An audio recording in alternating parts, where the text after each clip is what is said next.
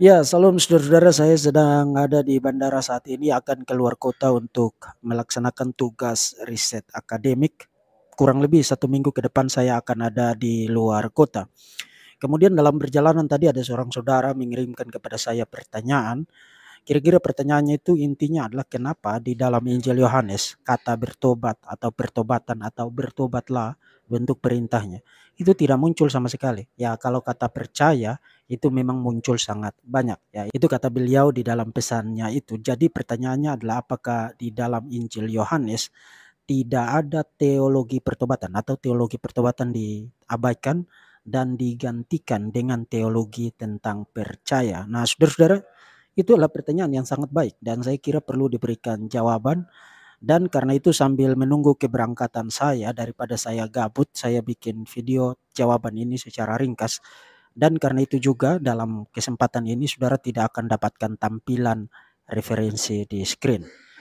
Untuk memberikan jawaban secara cepat saudara-saudara, saya perlu mulai bahwa pertanyaan itu mengindikasikan saudara yang mengajukan pertanyaan itu memiliki satu upaya baik, niat yang sangat baik untuk mencari dasar dari firman Tuhan untuk imannya, dan itu patut diapresiasi. Karena itu ada beberapa pokok penting yang saya ingin tandaskan sebagai tanggapan untuk pertanyaan itu. Pertama, katakanlah ini seandainya aja, katakanlah di dalam Injil Yohanes kata bertobat, bertobatlah atau pertobatan tidak muncul sama sekali. Katakanlah begitu. Pertanyaan, apakah teologi tentang pertobatan itu tidak diajarkan di dalam Injil Yohanes? Nah, saya ingin kasih saudara beberapa contoh untuk saudara nangkap maksud saya. Kalau saudara baca Injil Markus, Injil Matius, saudara juga tidak temukan satu kali pun kedua Injil itu menggunakan kata karis yang berarti kasih karunia atau anugerah. Pertanyaannya, apakah Injil Matius dan Injil Markus tidak punya teologi tentang anugerah? Satu contoh lagi, dan ini terkenal ya. Kitab Ester tidak satu kali pun menyebut kata Allah. Pertanyaan, apakah kitab Ester adalah kitab ateistik dan tidak punya doktrin, tidak punya ajaran tentang Allah? Tentu saja tidak. Artinya ketiadaan terminologi, ketiadaan kata tidak berarti ketiadaan ajaran atau ketiadaan doktrin. Itu harap jelas ya. Kedua, meskipun saya menghargai upaya baik Anda untuk melakukan pencarian akan iman Anda dari dalam firman Tuhan, tapi jujur saja tampaknya Anda hanya melakukan pencarian berdasarkan terjemahan bahasa Indonesia. Sebagai pengetahuan dasar ya, kata untuk pertobatan, kata benda, di dalam bahasa Yunani itu ada dua kata. Kata pertama adalah metanoia, kata benda, dan kata kerjanya metanoeo. Kemudian kata yang kedua adalah epistrofe, kata benda, dan kata kerjanya epistrefo, dan satu varian lagi kata kerjanya adalah strefo. Nah, di dalam seluruh Injil Yohanes kata metanoia, epistrofe, epistrefo, metanoeo itu memang tidak digunakan. Tapi salah satu variannya strefo itu digunakan di dalam Yohanes pasal 12 ayat yang ke-40 yang merupakan kutipan dari Yesaya pasal 6. Jadi setidaknya ada satu kata kerja yang berarti berbalik atau bertobat digunakan di dalam Injil Yohanes. Ketiga, Anda benar bahwa kata percaya itu memang kata kunci yang sangat dominan, muncul di mana-mana di dalam Injil Yohanes. Dan saudara perlu tahu kata percaya itu sangat relevan dengan ajaran tentang pertobatan. Karena kalau Anda baca BIDEK ya, BDAG leksikon, itu satu leksikon kamus studi kata standar untuk studi kata bahasa Yunani Perjanjian Baru. Kalau Anda baca BIDEK, penjelasannya tentang rentang arti dari kata epistrofe, kata benda untuk pertobatan. BIDEK memberikan penjelasan bahwa kata epistrofe itu mencakup dua rentang arti. Pertama, epistrofe berarti berbalik perhatian dari sesuatu atau seseorang kepada sesuatu atau seseorang yang lain. Dan yang kedua, perubahan cara berpikir atau kepercayaan.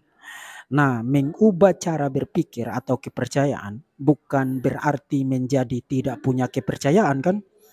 Mengubah cara berpikir atau mengubah kepercayaan berarti beralih dari percaya akan sesuatu atau seseorang kepada percaya akan sesuatu atau seseorang yang lain.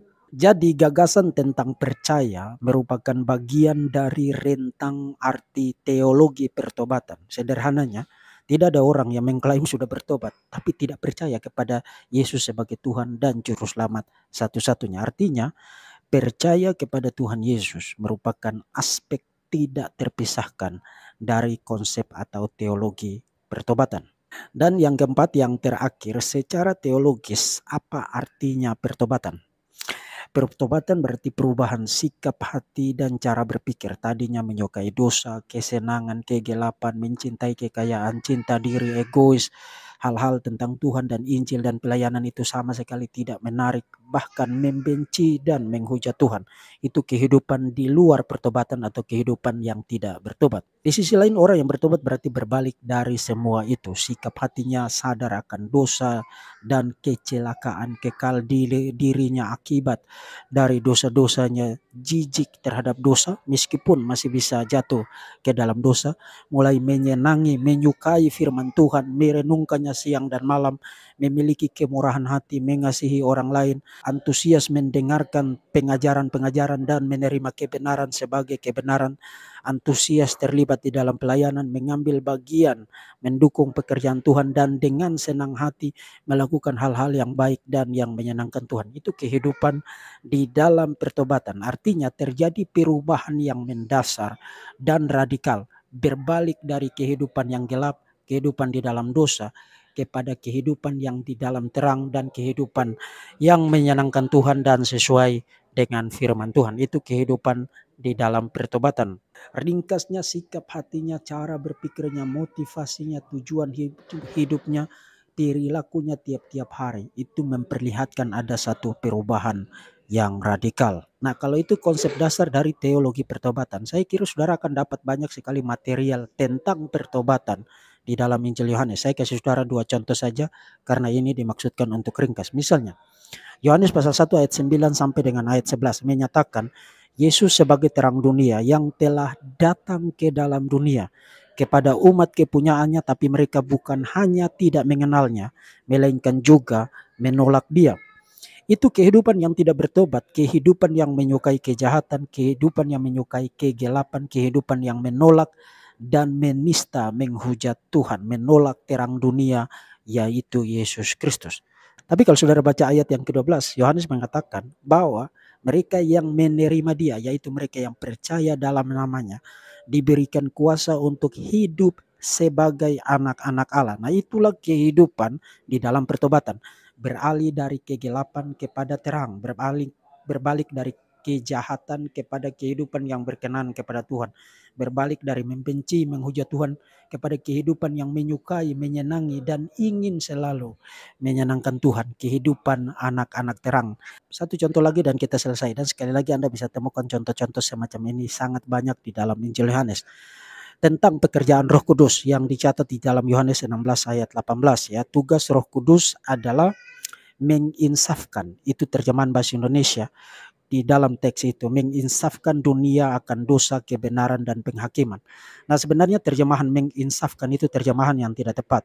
Karena terjemahan yang tepat di dalam bahasa Inggris itu convicting, itu gambarannya seperti orang yang mencuri kemudian kepergok, dia tidak bisa nyangka lagi. Artinya tugas Roh Kudus adalah bekerja sedemikian rupa, memperhadapkan, menyadarkan orang itu akan dosanya. Dia tahu betul dia berdosa, dia tidak bisa ngelak lagi. Maka pilihannya adalah apakah dia sadar, bertobat, dan mengaku berdosa kemudian berbalik hidupnya kepada Tuhan, atau membenci itu, berkeras hati, dan menjadi marah, kemudian makin menolak Tuhan. Saudara dapatkan gambaran itu misalnya di dalam Kisah Rasul pasal 5 ayat 33 ya. Waktu Petrus berkhotbah, Roh Kudus bekerja sedemikian rupa sehingga saudara baca di dalam teks itu hati orang-orang Yahudi menjadi tertusuk. Nah, itu adalah pekerjaan Roh Kudus, memperhadapkan orang dengan dosa dan kejahatannya. Dia punya pilihan. Apakah dia akan makin membenci Tuhan, dia tidak suka karena tiba-tiba dia melihat dosanya dan hidupnya terlihat sangat buruk, dia tidak suka itu, membenci Tuhan, atau karena pekerjaan Roh Kudus itu dia kemudian sadar, mengaku berdosa, kemudian bertobat dan berbalik untuk hidup di dalam terang. Gambarannya juga seperti Daud ya. Ketika Nathan diutus oleh Tuhan memperhadapkan Daud dengan dosanya yang sangat mengerikan. Daud tidak membuat excuse. Ketika dosanya diperhadapkan kepadanya, Daud tidak menolak itu. Daud tidak membenci Tuhan, Daud tidak berkeras hati, hatinya tidak menjadi tertusuk. Sebaliknya dia sadar bahwa memang itu adalah satu kekejian yang dibenci oleh Tuhan. Dia bertobat, kemudian dia minta ampun kepada Tuhan. Nah, saya harap sajian ringkas ini bukan hanya menjawab pertanyaan itu lalu memuaskan keingintahuan Anda. Saya harap jauh lebih penting dari itu, sajian ringkas ini menjadi semacam makanan spiritual yang baik untuk iman dan kehidupan Anda sebagai anak-anak terang. Nah, akhirnya saudara-saudara, karena saya akan meninggalkan anak-anak saya yang berjubel-jubel itu di kampus, di asrama dalam jangka waktu yang cukup lama. Jadi mohon untuk tetap mendoakan mereka, Tuhan jaga, Tuhan melindungi mereka. Dan kalau saudara punya kemampuan, saudara bisa mengambil bagian mendukung kami, mendukung pekerjaan Tuhan di STT Rai Batam secara finansial.